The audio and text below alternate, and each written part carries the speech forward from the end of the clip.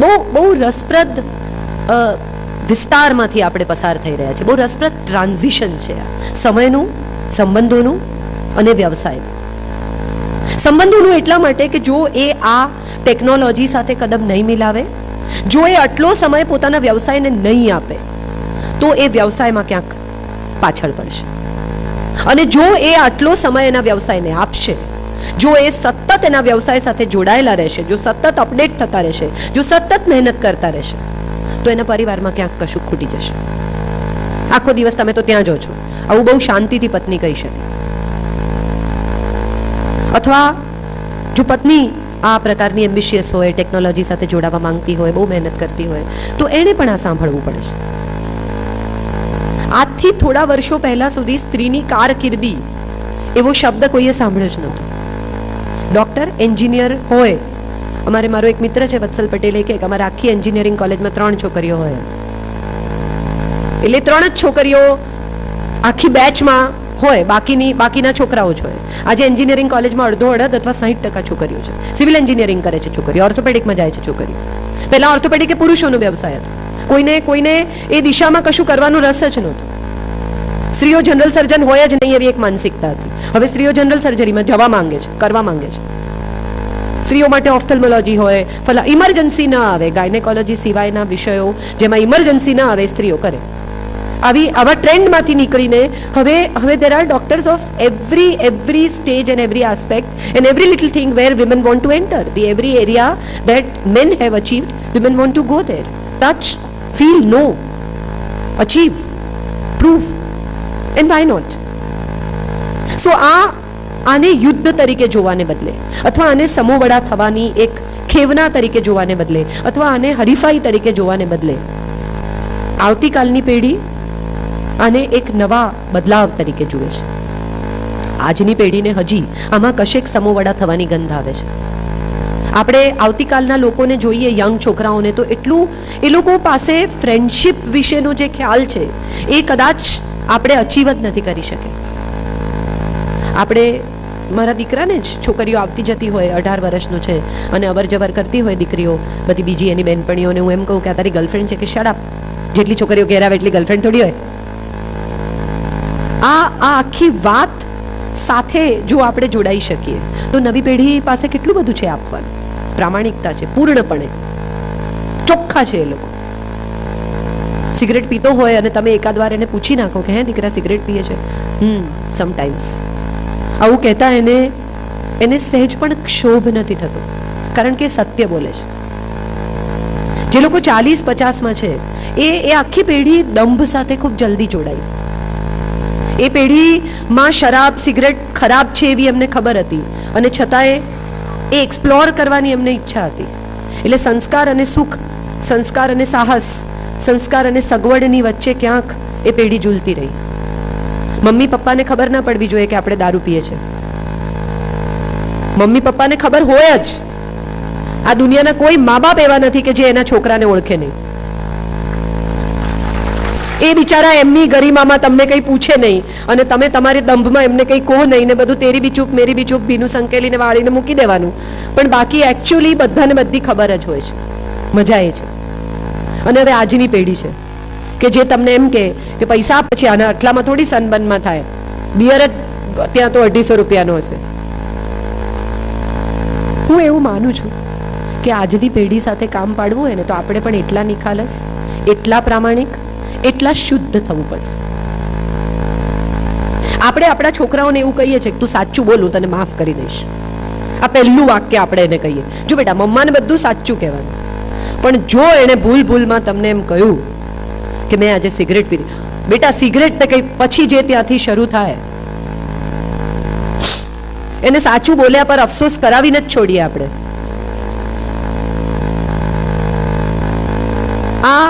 આ જે આખી મેન્ટાલિટી છે, આ જે આખી માનસિકતાઓના સ્તર છે, આમાં કોઈ ખરાબ નથી, કોઈ સારું નથી. બધા જ પોતાની જગ્યાએ સાચા છે. મજા ત્યાંથી શરૂ થાય છે. Everybody is right where they are because they have their upbringing, their mental frames, their social responsibilities, their surroundings, their peer pressures. આ બધાની સાથે જોડાયેલા રહીને તમારે નવી પેઢી સાથે એક નવા પ્રકારનો સંબંધ જોડવાનો છે. અને આ આપણા પેરેન્ટ્સે પણ કર્યું છે, આપણે કરી રહ્યા છે ને આપણા પછીની પેઢી પણ કરશે. હું ઘણીવાર મજાક કરું છું કે હવેની જે પુત્રવધુઓ આવશે ને એ ઘરમાં દાખલ થતાની સાથે પૂછશે કે હાય 5:30 વાગ્યાનો આવ્યો છે, કશું કર્યું નથી, બેસી રહ્યો છું. અને હું માનું છું કે આ બહુ સ્વાભાવિક બદલાવ આવશે. આને વિશે બહુ અકળાઈ જવાથી જે મમ્મીઓએ પોતાના દીકરાને દૂધનો ગ્લાસ કરેક્ટ ટેમ્પરેચર પર ઠંડો પાડીને બનાવીને આપ્યો છે, એટલે ગરમ દૂધ થાળીમાં ઠંડુ પાડવાનું, પછી એને બોર્નવિટા નાખીને આપવાનું કે તરત પી શકે, ઠંડુ પડે ત્યાં સુધી પણ એને પ્રતીક્ષા ન કરવી પડે, એવી મમ્મીઓ માટે આ આઘાતજનક પરિસ્થિતિ હશે. કે એની વહુ આવીને એમ કે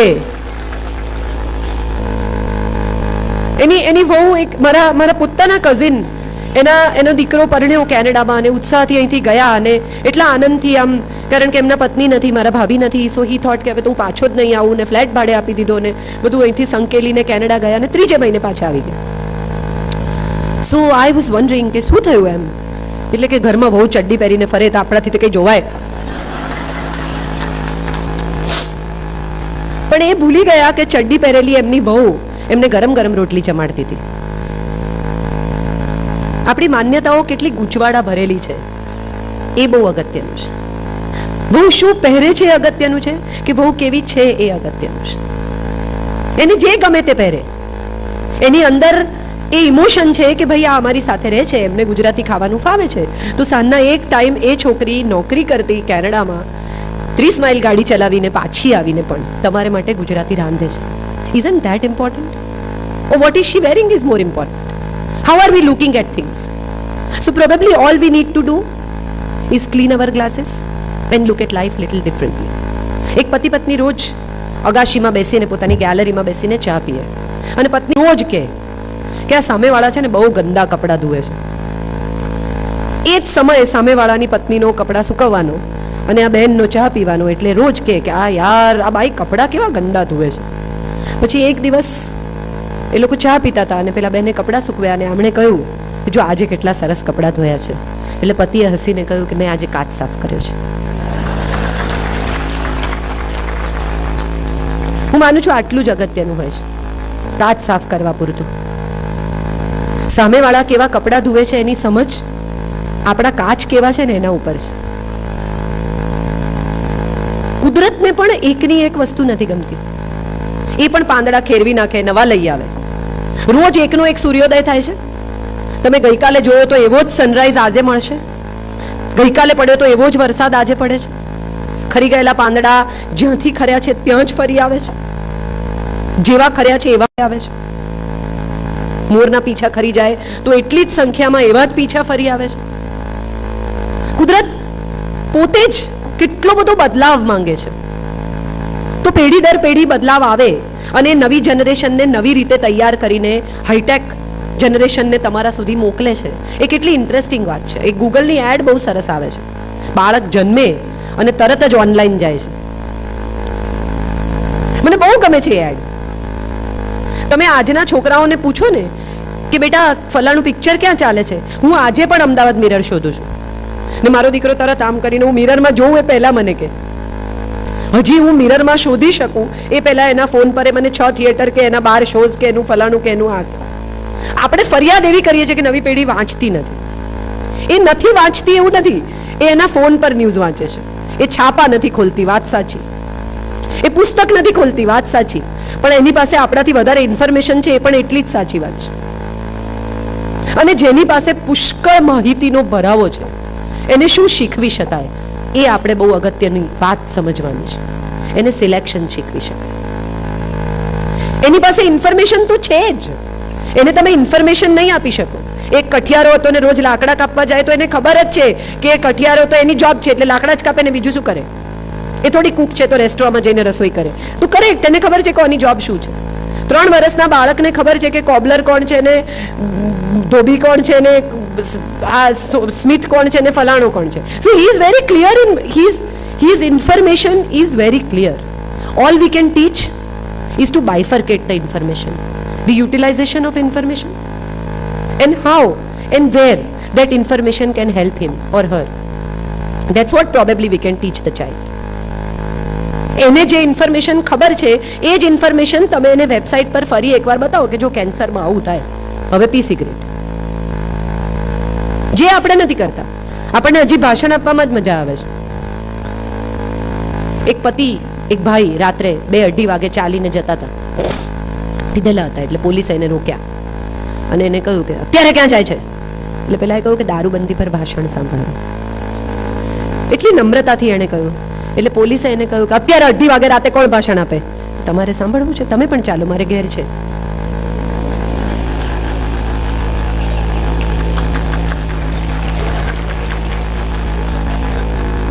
એને જે ખબર છે ને એ આપણે ખાલી એન્હાન્સ કરી આપવાનું છે.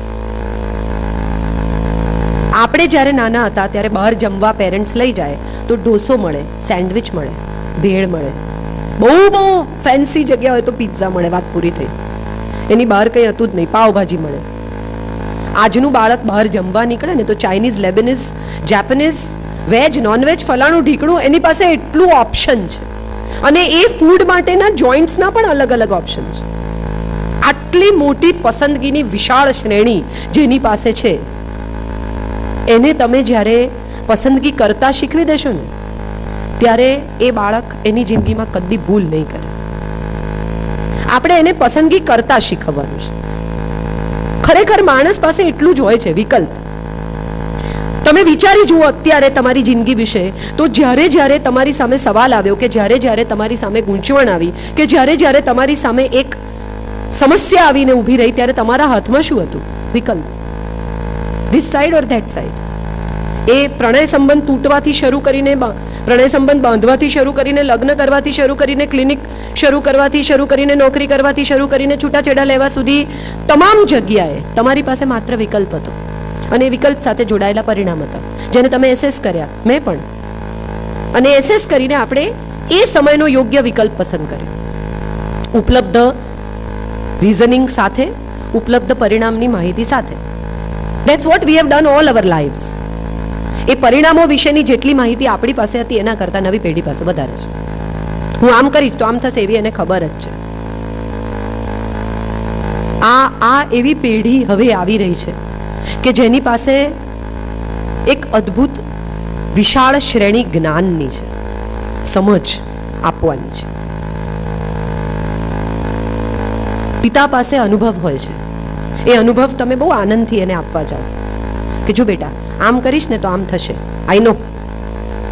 હવે આ જે આઈ નો છે ને, એ આઈ નો ની સાથે જોડાયેલી એક વાત છે જે બહુ અગત્યની છે અને જે આપણે એને કહેવાનું ચૂકી જઈએ છીએ કે I am sure you know, but it is very important that you must know that I also know this.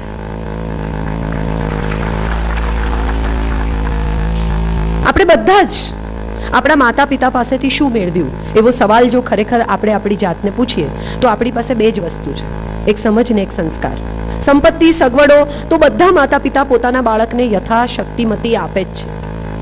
આ દુનિયાનો કોઈ મા બાપ એવા નથી કે જે પોતાના સંતાનને એમ કે ના હો દોસ્ત હું એસીમાં સુઈશ, તારે બહાર ગરમીમાં સુવ. કોઈ માતા પિતા એવી ટ્રેનિંગ નથી આપતા. વાહન હોય અને મા બાપ એમ કે ના બેટા વાહન અહીંયા મૂકો અને ચાલીને જાઓ. આવા મા બાપ તો બહુ રેર હોય. બિચારા પોતે પોતાનું વાહન આપી દે અને એમ કે હું ચાલીને જઈશ, તું તારે જલ્દી પહોંચવાનું છે. મોટા ભાગના માતા પિતા આવા જ હોય છે. એ આપણા માતા પિતા હતા, આપણે હતા, કે કદાચ આપણા બાળકો પણ હશે. એ મા બાપ થાય એટલે બદલાઈ જ જાય. દરેક સંતાનના જન્મ સાથે મા બાપનો પણ જન્મ થાય છે. એ વખતે પુરુષ અને સ્ત્રી હોય છે, પછી એક માતા પિતાનો જન્મ થાય છે. સો એ માતા પિતા જેવા જન્મે એવી એમની સમજ, એમની કરુણા, એમનો સ્નેહ, એમનું વાલ એ એમની સાથે જ જન્મ લેતું હોય છે. અગત્યનું એ છે કે આપણે જ્યારે આપણા સંતાનો સાથે, જે લોકો 40s માં 50s માં સ્પેશિયલી છે, એ લોકો જ્યારે એમના સંતાનો સાથે ડીલ કરે છે ત્યારે ભૂલી જાય છે કે એમના માતા પિતાએ એમને કેટલી છૂટ આપેલી. આપણું બાળક હજી 45નું નથી, 50નું નથી, એટલે એને નથી ખબર કે 50 ના થવું એટલે શું, પણ આપણને તો ચોક્કસ ખબર છે કે 17 ના હોવું એટલે શું. આપણે તો એ બધું જ કર્યું છે જે અત્યારે કરી રહ્યું છે. આપણે સડનલી ડાયા થઈ ગયા છીએ. આપણને સડનલી એમ થયું છે કે આમ ન કરાય, પણ એમ તો આપણે કરેલું, એનું શું? આ ડાપણ હવે આવ્યું છે અને એ ડાપણ એનામાં આજે હમણાં જ આવી જાય એવું આપણે ઈચ્છીએ છીએ. એનું કારણ એ છે કે આપણે સમયની દોડમાં ભાગ્યા, આપણે બધું જલ્દી કર્યું. એટલે આપણું બાળક પણ જલ્દી જલ્દી થઈ જાય એવી આપણી ઈચ્છા છે. પણ એ તો 17 વર્ષે 17નું જ રહેશે, એ નહીં થાય 47નું. આપણે માથા પટકીને મરી જઈશું ને તો પણ એનામાં 47ની સમજ નહીં આવે, 17નું જ છે ને 17નું જ રહેશે ને 17 જેવું જ વરસશે. ચડ્ડીવાળા પેલા બરમુડા પહેરીને લગ્નમાં આવવાનું કહેશે જ. એટલે એ વખતે આવું પહેરાય કરીને એને એક ભાષણ આપવાને બદલે આપણે એવું કહી શકીએ કે બેટા દરેક પ્રસંગનો એક ડ્રેસ હોય, તું પહેરે તો અમને ગમશે, બાકી બધા ત્યાં તને જોશે.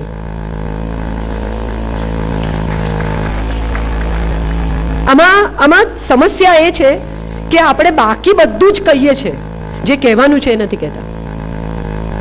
ફોન અપાવીએ ને મોંઘો, ત્યારે આપણે એને કહીએ કે આ 50,000નો ફોન છે, હા સાચવજે, કોઈ ના નાખતો, તારી ટેવ મુજબ મૂકી નહીં દેતો ગમે તેમ, તને તો પૈસાની કિંમત જ નથી. વેરી ગુડ, આપણે એને કહી જ દીધું કે તને પૈસાની કિંમત નથી. આપણે એને માટે દરવાજો ખોલી નાખ્યો. એને બદલે જો આપણે એમ કહીએ કે બેટા આ પૈસા કમાવા માટે મારે આટલું આટલું કામ કરવું પડે છે, હેવ વેલ્યુ ફોર મની. મેં નથી વાપર્યો 50,000નો ફોન, પણ તને આપું છું કારણ કે તું આનંદથી વાપરે છે અને તને તું આના વધારે ફીચર્સનો ઉપયોગ કરી શકીશ, હું નહીં કરી શકું. So use it, but take care. પણ આપણાથી તો એ થતું નથી. આપણે એટલા ઉતાવળમાં છીએ કે જે થયું જ નથી ને એ આપણે હમણાં જ કહી દઉં છે. એક પપ્પા બહારગામ જતા હતા, એણે એના છોકરાને ખૂબ માર્યો. એટલે બધાને ખબર જ છે. એટલે એના છોકરાએ પૂછ્યું કે મને માર્યો કેમ? એટલે એના પપ્પાએ કહ્યું કે તારું રિઝલ્ટ આવશે ત્યારે હું ઘેર નહીં આવું.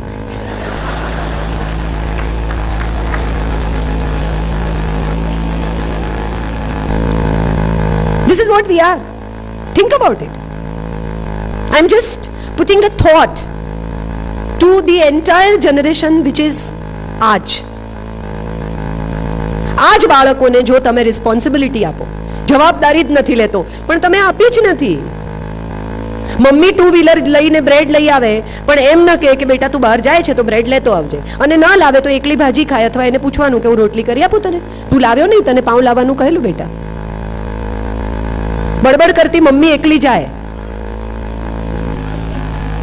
તમે એને રિસ્પોન્સિબિલિટી આપતા નથી.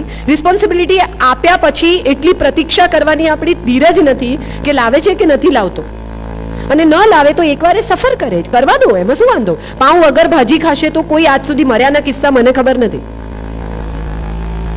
આપણે એને બધું જ આપવું છે, આપણી જાતે આપવું છે, અને પછી એની એ મજા કરે છે એનો આપણને વાંધો છે.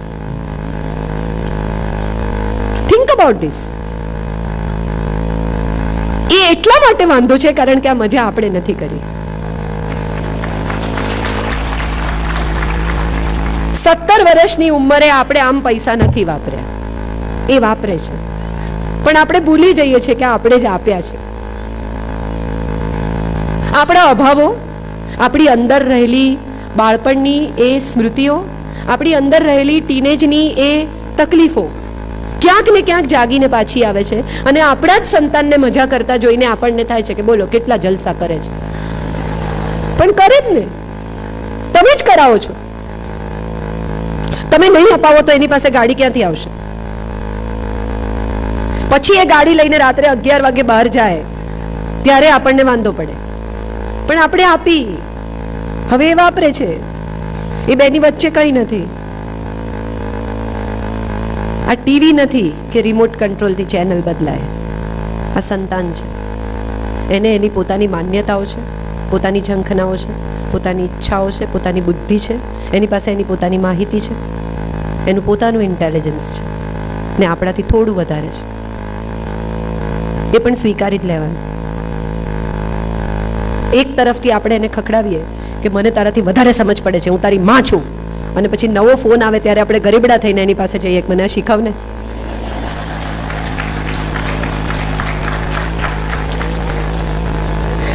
અને આપણો સાહેબ હોય એવી રીતે આમ કરીને જો.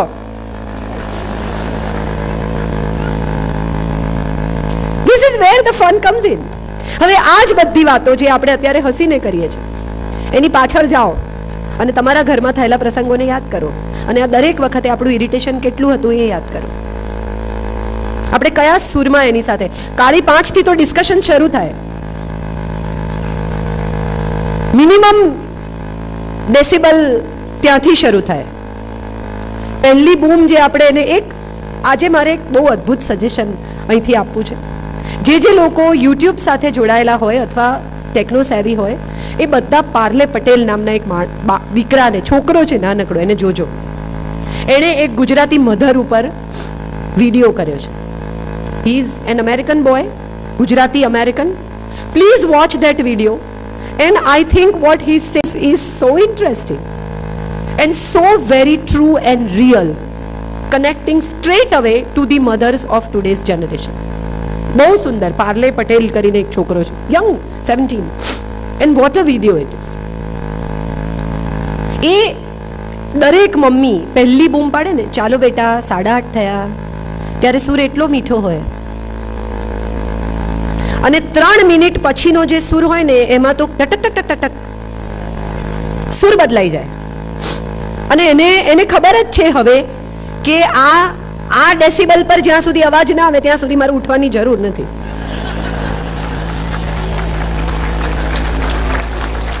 અહીંથી આ જગ્યા મારી વોર્નિંગ બેલ છે, એટલે ત્યાં સુધી શાંત છે. એને અને દરેક વખતે વોર્નિંગ બેલની લિમિટ એક્સટેન્ડ થતી જાય છે. એને પણ ખબર છે.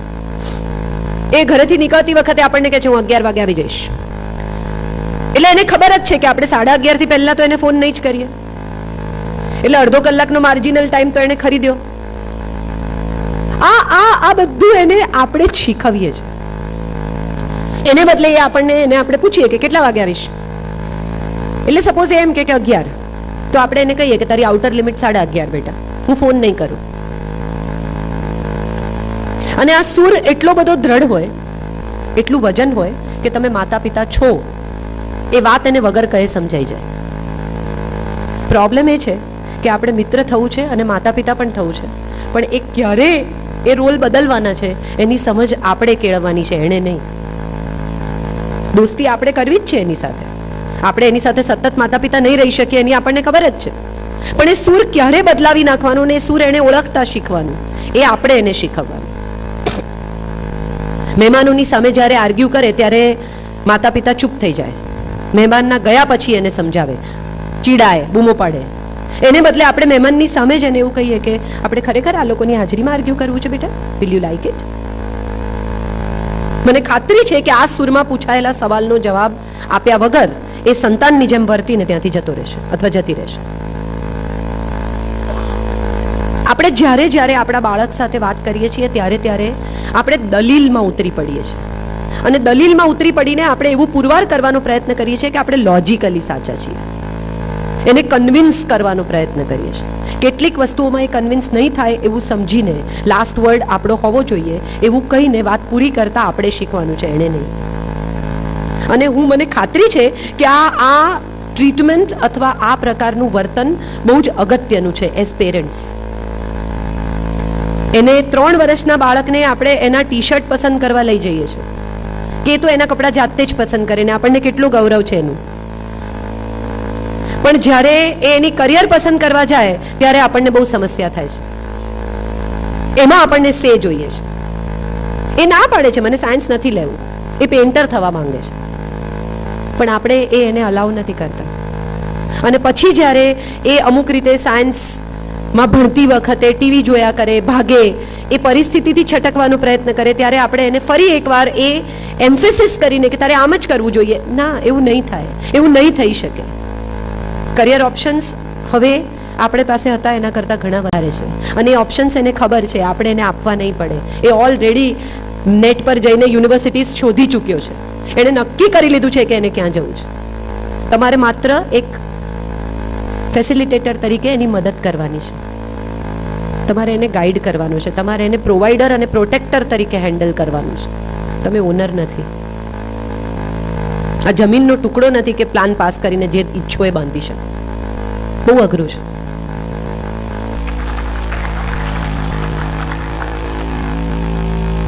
અને હું આ ડાઈ વાતો કરું છું એવું નથી. મારો પોતાનો દીકરો આર્ટ્સમાં ભણ્યો છે, એણે આ વખતે 12th ની પરીક્ષા આપી અને છેલ્લી મિનિટ સુધી he was playing music before going to give his examination, and I told હિમ કે દીકરા મહેરબાની કરીને પાસ થઈ જજે.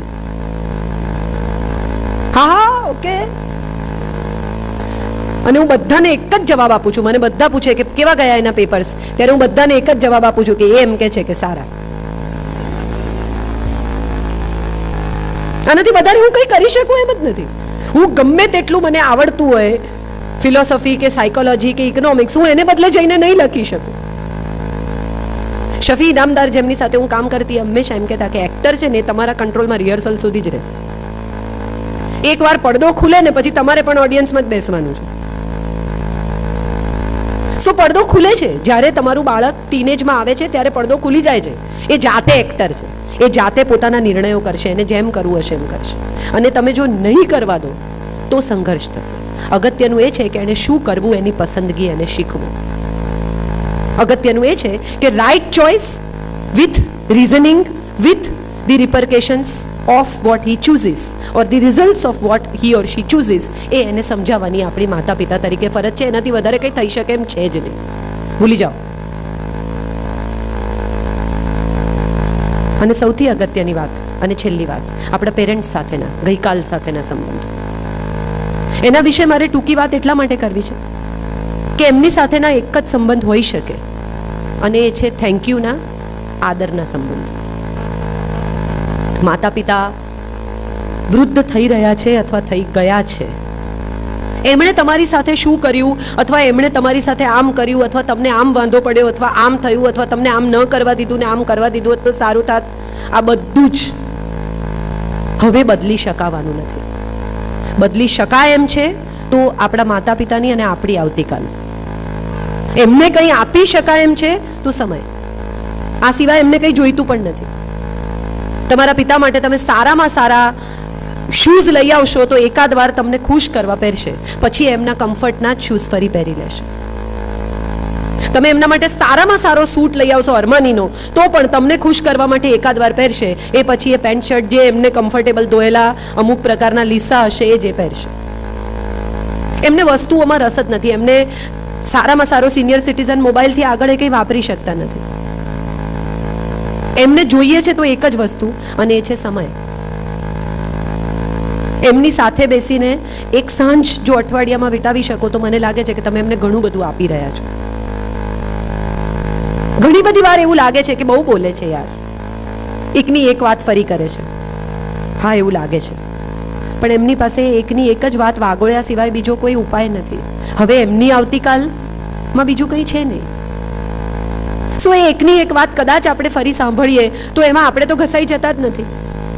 એક બહુ સુંદર વાર્તા આપણે બધાએ કદાચ વાંચી છે, ભણ્યા છીએ, કે એક વખત જૂના ચોપડા ઉપરથી ઉતારે છે એક વેપારીનો દીકરો, અને એમાં એક ચોપડામાં એક પાનું ખોલે છે અને એમાં લખ્યું છે બાપા કાગડો, હા બેટા કાગડો, બાપા કાગડો, હા બેટા કાગડો. અને આવું કંઈક અનેક વાર લખેલું છે. એટલે પેલો દીકરો પૂછે છે કે આ શું લખ્યું છે? એટલે બાપ કહે છે કે એકવાર હું નામું લખતો હતો બેટા, ને તું એક સરખું બોલતો હતો ને આ ભૂલમાં મારથી લખાઈ ગયું. આપણે બધા જ આપણા માતા પિતા પછી દાન કરતા હોઈએ છીએ, 1100 કરતા હોઈએ છીએ, તકતીઓ મુકાવવા માટે બેચેન હોઈએ છીએ મંદિરોમાં, વૃદ્ધાશ્રમોમાં. પણ આ બધું નહીં કરીએ તો ચાલશે, કારણ કે એ તો જોવા આવવાના નથી. મેં એક લેખ લખેલો કે ગળગળા અવાજે અપાતી શ્રદ્ધાંજલિનું સટ્ટા બજાર. જે ગુજરી જાય છે ને એને માટે નથી આવતા લોકો શ્રદ્ધાંજલિમાં કે બેસણામાં. જે રહી ગયા છે ને એ કેટલા મહત્વના છે એને માટે આવે છે. સો આઈ ઓલવેઝ ફીલ કે માણસ જીવતો હોય, તમારી સાથે હોય, તમારી આસપાસ હોય, ત્યાં સુધીમાં એને જે આપી દેવાય એ આપી દેવાનું. એમને થેન્ક યુ કહી દેવાનું, એમને વાલ કરી લેવાનું, એમને સમય આપી દેવાનો. એ પછી ગમે તેટલો અફસોસ થશે, એ પરિસ્થિતિમાં ફેરફાર નહીં કરી શકે. માતા પિતા ગઈકાલ છે એ સત્ય છે. એમની પાસે બહુ આપવાનું કદાચ હવે નથી રહ્યું એ સત્ય છે. તમે બહુ જ સ્માર્ટ છો, તમારી પાસે બધી જ આવડત છે, તમે દુનિયાને નવી નજરે જોઈ રહ્યા છો, સત્ય છે. પણ આ નવી નજર તમને એમણે આપી છે એ પણ એટલું જ સત્ય છે. મારા પિતા ગુજરી ગયા 21 ઓગસ્ટ, અને હું 22 ઓગસ્ટે IMAના કાર્યક્રમમાં આવેલી રાજકોટ, વેરી નેક્સ્ટ ડે. અને ત્યારે મેં એક જ વાત કહેલી કે એમને જો કોઈ રીતે શ્રદ્ધાંજલિ આપી શકાય તો એ આ જ રીતે આપી શકાય, બિકોઝ એમણે ગઈકાલ સાંજ સુધી કામ કર્યું છે. તો હવે આવતીકાલ સવારથી કામ કરવા માંડવું એ જ એમની સાચી શ્રદ્ધાંજલિ છે. એ જ્યારે બીમાર હતા ત્યારે મેં બહુ કાર્યક્રમો સળંગ કેન્સલ કરેલા, કારણ કે એમને પેનક્રિયાઝનું કેન્સર હતું અને મને ડૉક્ટર્સે કહેલું કે બહુ એમની પાસે સમય નથી, એટલે મેં સિરિયલથી કાર્યક્રમો કેન્સલ કરેલા. અને એ વખતે બધા એમ માનતા હતા કે આ ખરી છે, એવા તે કેવા બીમાર છે, પણ મને ખબર હતી. પણ એ ગુજરી ગયા પછી ઘેર બેસી રહેવાનો અર્થ નહોતો. એમને જ્યારે સમય જોઈતો હતો ત્યારે મેં આપ્યો હતો. હવે બીજે દિવસે સવારે વિધિઓ કરવા મને ઘરે નથી રહેવું. આ એમની પાછળ મેં નથી કોઈ બેસણું કર્યું, નથી મેં કોઈ પણ પ્રકારના પુસ્તકો છાપ્યા, નથી કોઈ સ્મૃતિ ગ્રંથો છાપ્યા, કશું જ નથી કર્યું. હું જે રીતે રાત દિવસ કામ કરું છું અને જે રીતે ગુજરાતી ભાષાનું કામ કરું છું એ એમના માટેની તકતી છે. આટલું જ મારે કરવું છે. હું પણ નહીં હોઉં કાલે. અને આપણે આ બધા જ ભૂલી જઈએ છીએ. યક્ષ પ્રશ્ન નામની એક બહુ સુંદર મહાભારતની કથા સાથે હું મારી વાત પૂરી કરું કે બધા જ પાંડવો પાણી પીવા જાય છે અને એક પછી એકને યક્ષ પ્રશ્નો પૂછે છે અને કે જવાબ નહીં આપે તો મરી જઈશ. અને 4 પાંડવો મૃત્યુ પામે છે અને યુધિષ્ઠિર જાય છે પાણી પીવાને. યક્ષ એને કહે છે કે 1 મિનિટ, સવાલનો જવાબ આપ, નહીં તો તને મારી નાખીશ. અને પૂછે છે કે આ દુનિયાનું, એટલે યુધિષ્ઠિર કહે છે કે હું મારી યથાશક્તિમાંથી જવાબ આપીશ, પૂછો. એટલે એને પાંડવ 4 મરી ગયા છે. પછી યક્ષ પૂછે છે કે આ દુનિયાનું મહાન આશ્ચર્ય શું છે? અને ત્યારે યુધિષ્ઠિર કહે છે કે આ દુનિયાનું મહાન આશ્ચર્ય એ છે કે આપણે બધા જ મરી જવાના છીએ અને છતાંય બધા એવી રીતે જીવે છે કે હું અમર છું ને આ બધા જવાના.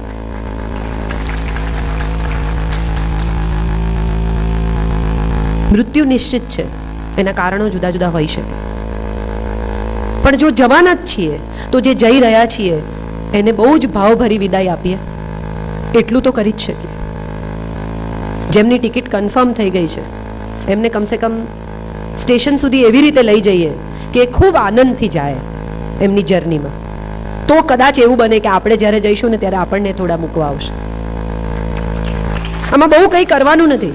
कल और आएंगे नगमों की खिलती कलियां चुनने वाले, मुझसे बेहतर कहने वाले, तुमसे बेहतर सुनने वाले, क्यों कोई मुझको याद करे, मसरूफ जमाना मेरे लिए क्यों वक्त अपना बर्बाद करे. આ તો જ થશે જો કોઈને ફૂલ ફ્લેજેડ ચાહી શકશો, જો કોઈને ફૂલ ફ્લેજેડ માફ કરી શકશો, જો કોઈને ફૂલ ફ્લેજેડ એટલો સ્નેહ આપી શકશો કે માણસ તમને યાદ કરે ને તો એના ચહેરા પર સ્મિત આવી જાય. બધાની સાથે રોજે રોજ ફોન પર વાત કરવી જરૂરી નથી. વોર્મથ નામનો એક શબ્દ અંગ્રેજી પાસે છે, હૂંફ નામનો એક શબ્દ ગુજરાતી પાસે છે. આ હૂંફ એવી વસ્તુ છે કે એને એવી ખબર હોય જ્યાંથી મેં શરૂ કર્યું હતું ત્યાં હું પાછી આવું કે હું ફોન કરીશ ને તો એ માણસ મને સાંભળશે, સ્નેહથી, સદભાવથી, સમજથી. બસ આટલી જ અપેક્ષા હોય છે. કોઈ કોઈનું દુઃખ ખરેખર લઈ લેતું જ નથી, લઈ શકતું જ નથી. બહુ સુંદર મુનવ્વર રાણાનો એક શેર મને બહુ ગમે છે. कुछ ऐसे मैंने अपने को आज़ाद किया, कुछ ऐसे मैंने अपने को आज़ाद किया, कुछ लोगों से माफ़ी मांगी, कुछ लोगों को माफ़ किया. આપણે બધાને સુખી થઈ જવું છે પણ સુખના સહેલા રસ્તા પરવડતા નથી. ગુલઝારની એક બહુ સરસ નઝમ મને બહુ ગમે છે. મુझको भी तरकीब सिखा कोई यार जुला है, मुझको भी तरकीब सिखा कोई यार जुला है, वणकर अक्सर तुझको देखा है कि ताना बुनते जब कोई धागा टूट गया या खत्म हुआ तो और सिरा कोई जोड़ के उसमें आगे बुनने लगते हो. નવી પેઢી પાસે એક બહુ અદ્ભુત શબ્દ છે, એ છે મૂવ ઓન. આપણી પાસે નથી, આપણે સ્ટક થઈ જઈએ છીએ. जब भी तुझको देखा है कि ताना बुनते जब कोई धागा टूट गया या खत्म हुआ तो और सिरा कोई जोड़ के उसमें आगे बुनने लगते हो, लेकिन एक भी गांठ गिरह बुनतर की नजर नहीं आती है मेरे यार जुला, लेकिन एक भी गांठ गिरह बुनतर की नजर नहीं आती है मेरे यार जुला है. मैंने तो एक बार बुना था एक ही रिश्ता, मैंने तो एक बार बुना था एक ही रिश्ता, लेकिन उसकी सारी गिरहें साफ नजर आती है मेरे यार जुला है. मुझको भी तरकीब सिखा कोई यार जुला है, मुझको भी तरकीब सिखा कोई यार जुला है.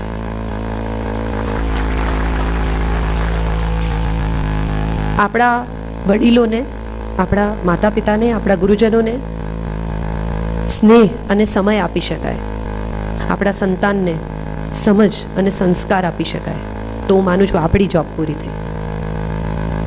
All we can give is roots and wings to our children. Roots will keep them steady and wings will make them fly. આવતીકાલ પાસે ઘણું બધું છે ને આવતીકાલના ગર્ભમાં ઘણું બધું છે. આપણને ખબર નથી કે આપણે ક્યાં જઈશું ને આપણા સંતાનો ક્યાં જશે. પણ આપણા સંતાનો જ્યાં હોય ત્યાં આપણને જ્યારે યાદ કરે ત્યારે ચહેરા પર સ્મિત હોય ને આંખમાં પાણી હોય તો હું માનું છું કે આપણે આપણું કામ પૂરું કર્યું.